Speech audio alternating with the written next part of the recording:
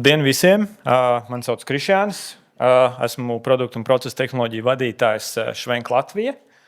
Un, ieskicēšu jums īsi, ko tad Švenk Latvija dara dekarbonizācijas virzienā, līdzīgi kā nu pat dzirdējām no Heidelberga kolēģiem. Tad, lai sāktu runāt par dekarbonizāciju, es gribēju arī ātri pārskriet pāri mūsu procesam, lai ir apmēram skaidrs, kur tas rodas. Bija jau iepriekš runātāji, kas pieskārās, cik apmēram, kur CO2 rodās, bet tad, lai vai kā, šeit mēs redzam mūsu brocēnu rūpnīcu. Visa izejmateriāla plūsma, te ir jāskatās no labās uz kreiso. Tātad labajā pusē mums ir kaļķakmens un pārējie izejmateriāli. Kaļķakmens apmēram 80%, māls 15%. Smilts 4, dzelzs oksīds arī nedaudz 1–2%. Visi šie izejmateriāli tiek samalti, izejmateriāli dzirnavā, un pirmo reizi viņi nonāk saskarē ar augstu temperatūru priekšsildītāju tornī, kas ir šeit. Šī temperatūra ir 850 līdz 910, 920 grādi, kur notiek kalcinācija, ko jau arī daži kolēģi šo vārdu pieminēja. Kalcinācija tātad ir kalcija karbonāts, pārvēršas par kalciju oksīdu un CO2. Šī ir tā pirmā vieta, kur mums atdalās CO2. Tālāk šis kalcinētais materiāls nonāk krāsnī, kur temperatūras ir vēl augstākas un jau formējās klinkers un klinkeru minerāli. Klinkeru uzglabājums šeit, tālāk jau tas viss ir, varētu teikt, cementa puse rūpnīcai, kur klinkeri mēs sajaucam ar pievienojam piedevas, malšanas piedevas, citus izejmateriālus, alternatīvos izejmateriālus, kurus arī jau pieminēja daži. Un beigās mums ir cements šajā rūpnīcas daļā, cementa silos, iekraušanās punkti, gatavs produkts. Tad vēlreiz, principā, tas pats te gan lasam no kreisās uz labo, 4 izejmateriāli, augsta temperatūra, tātad tur ir iesaistīti kurināmie, endotermisks process, kas prasa apmēram 850 kilokalorijas uz kilogramu klinkera. Mums temperatūras ir krāsnī virs 2000 grādu. Un tad cements, mums ir klinkers,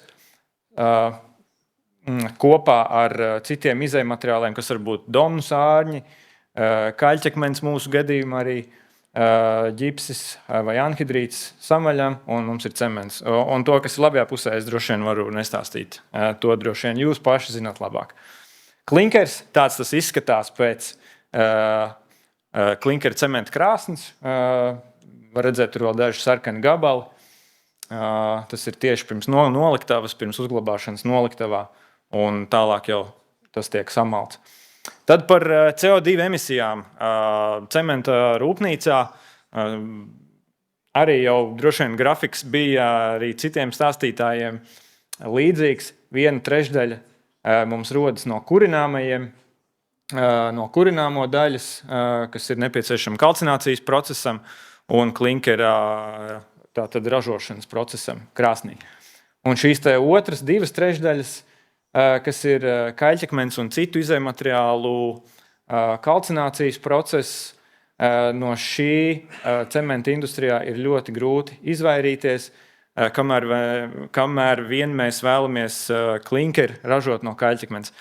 Ir arī alternatīvas, bet šīs pagaidām ir tādas, varētu teikt, laboratorijas izmēra alternatīvas un esošu cementa rūpnīcu praktiski nav iespējams tam pielāgot. Tā kā tas par CO2 emisijām cementa rūpnīcā. Tad par Švenk Latvija tādiem globāliem strateģiskajiem mērķiem, lai samazinātu šīs emisijas, kur pirmais mērķis mums ir bijis samazināt emisiju faktoru tieši uz klinkeri par 50 kilogramiem uz tonu klinkera līdz 25. gadam. Šis mērķis tika uzstādīts 18. gadā, un galvenais uzdevums, kas ir praktiski darīts, lai šo sasniegtu, ir strādāt ar alternatīvo kurināmo īpatsvaru mūsu fuel miksā. Otrs mērķis, kas mums ir bijis, ir samazināt vidējo klinkeru faktoru cementā tas ir klinkera saturs cementā, strādājot ražojot jaunus cementa markas, kur šis klinkers ir sastāvā zemāk.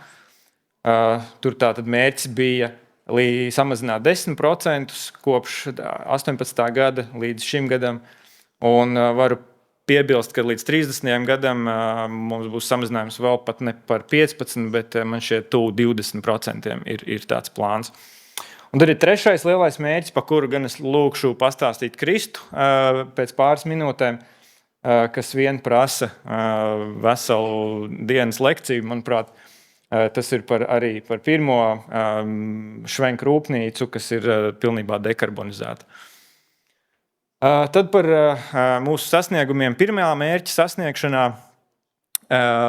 Šeit mēs redzam emisiju faktoru uz klinkeri. Te var redzēt joprojām 2009. gads, kad mums vēl darbojās vecā tipa krāsnes brocēnos. Emisiju faktors vairāk kā tonna CO2 uz tonu klinkera. Un tad ir daži gadi pa vidu iztrūkst, bet esam mērķiecīgi gājuši uz priekšu, un 22. gads izskatās pagaidām vislabāk. Šeit tie pēdējie gadi ir arī nedaudz nostaigājuši, jo, lai arī mums alternatīvo kurināmo īpatsvars ir bijis ļoti tuvu 100 šajos gados, šī te fosilā CO2 sastāvs kurināmajos tāpat ir mainīgs, un tas var ietekmēt šo rezultātu pa dažiem kilogramiem. Kā minēju, alternatīvo kurināmo īpatsvars mūsu rūpnīcā. 2009. gads joprojām vecā krāsnes, jeb vecā rūpnīca. Un tad jau 2010. gadā, kad bija commissionings jaunajai rūpnīcai, esam mērķiecīgi kāpuši uz augšu. Tas nav nācis viegli, ir bijuši dažādi arī investīciju projekti pa vidu, kur vēl mēs uzlabojam, tā teikt, rūpnīcas karsto pusi, jeb klinkera ražošanas pusi. Un arī šogad mēs būsim tuvu 97%, un lai vēl pakāptos, ir vēl idejas, ko darīt, un to mēs arī darīsim. Te par kurināmajiem es varbūt nepiestāšu, jo man nav daudz laika. Tad otrais lielais mērķis - klinkera faktora samazināšana cementā. Varu piebilst, ka šie 10% uzstādītie, kas bija 18. gadā mūsu mērķis uz šo 25. ir sasniegti, pat nedaudz pārsniegti. Bet jāsaprot arī tas, ka tas varbūt nav par mūsu gribēšanu un varēšanu, bet tas ir par to, ko klients ir gatavs pirkt un spēj pielāgot savās aplikācijās. Bet lai vai kā, mūsu rūpnīcā visvairāk izmantotākie alternatīvie izejmateriāli, jeb piedevas, ko mēs cementā lietojam, ir kaļķakmens. Mums ir arī cementa marka ar granulētiem domnu sārņiem un strādājam arī ar naturālo pucelānu, jeb opoku, es te dzirdēju, arī bija tāds nosaukums. Un tas arī nav nācis viegli. Ir bijuši investīciju projekti līdz šim, kas ir palīdzējuši sasniegt šo te klinkera faktoru samazinājumu. Investīciju projekti notiek arī šobrīd. Un ejam uz priekšu. Tas ir tas, ko es varu teikt. Un rezultāts tam es ieliku vienu slaidu ar izgriezumu no mūsu EPD, no deklarācijas mūsu vienam no zemākā klinkera faktora cementiem. Tas ir kompozītais BM-SLL tipa cements, kur mēs redzam EPD certifikātā 542 kg uz tonu produkta CO2, vai arī es zinu, ka daudzi uzrāda arī neto vērtību, kas mums ir 431 kg. Tas ir tātad neskaitot alternatīvā kurināmā daļu šajā aprēķinā. Vēl te es pieliku tādu punktu par apliecinājumiem par elektroenerģijas izcelsmi. Tas arī ir virziens, kurā mēs skatāmies, lai vēl samazinātu mūsu produktu CO2 nospiedumu. Un tad ir trešais mērķis, kur es lūdzu uz skatuves Kristu turpināt. Paldies!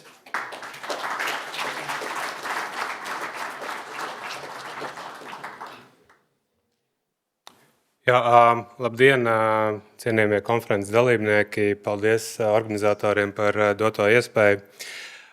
Jā, nākamajās minūtēs no savas puses arī es paturpināšu tieši par cementa dekarbonizāciju un konkrēti par to, kā Švenk Latvijā līdz šim ir veicies un kāds ir bijis progress CO2 uztveršanas rūpnīcas attīstības kontekstā un kāda ir tuvāko gadu, tuvākā laika mērķi projekta kontekstā.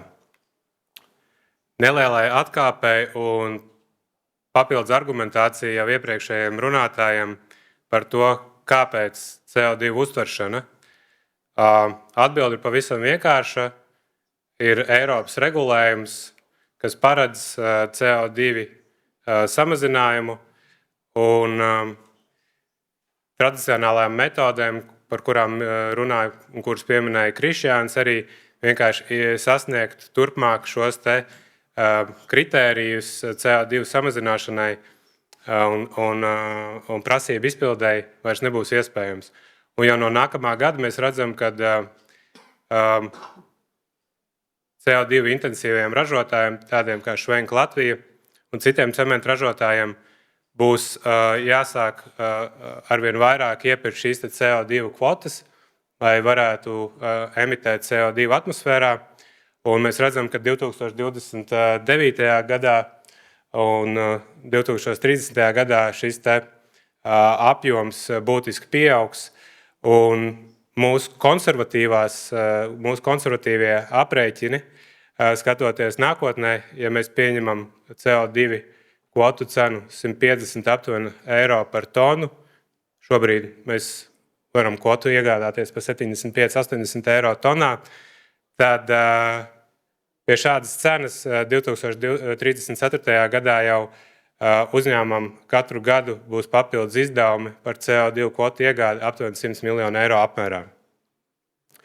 Kas ir vēl būtiskāk, ir, ka CO2 emisiju kvotu sistēma pēc esošā regulējuma ir paredzēts, ka beigs savu eksistenci 2040. gadā, kas nozīmē ne tikai izmaksu pieaugumu ilgtermiņā, bet mēs šeit runājam vispār par to, ka, ja mums nebūs šīs CO2 uztveršanas tehnoloģijas, jeb tehnoloģijas, ar kuru palīdzību novērst CO2 nonākšanu atmosfērā, mēs faktiski runājam par saimnieciskās darbības pārtraukšanu, tā ir viena lieta, un izrietoši konkrēti Švenk gadījumā būtiska būvmateriāla izēvielas piegādes apturēšana Baltijas jūras reģionā. Tādēļ mēs strādājam līdzīgi kā mūsu kolēģi konkurenti pie CO2 uztveršanas rūpnīcas projekta, šeit pat uz vietas Latvijā, priekš Brocēnu rūpnīcas. Un tad par tām paveiktajām lietām projekta kontekstā. Pirmais, mēs pagājušā gada nogalē uzsākām šos saucamos pre-feeds, jeb latviski pareizāk laikam būtu teikt, inženiertehniskās priekšizpētes priekš CO2 uztveršanas rūpnīcas. Un šī gada sākumā mēs uzsākām CO2 dažādu tehnoloģiju testus Brocēnos, kuri vēl joprojām notiek. Mēs paredzam viņu turpināšanu arī nākamajā gadā, lai iegūtu datus nepieciešamos tālāk lēmumu pieņemšanai, lai ilgtermiņā mēs būtu droši par to, ka lēmums, kurus mēs pieņemam šodien, būs pārdomāti un ilgspējīgi arī nākotnē.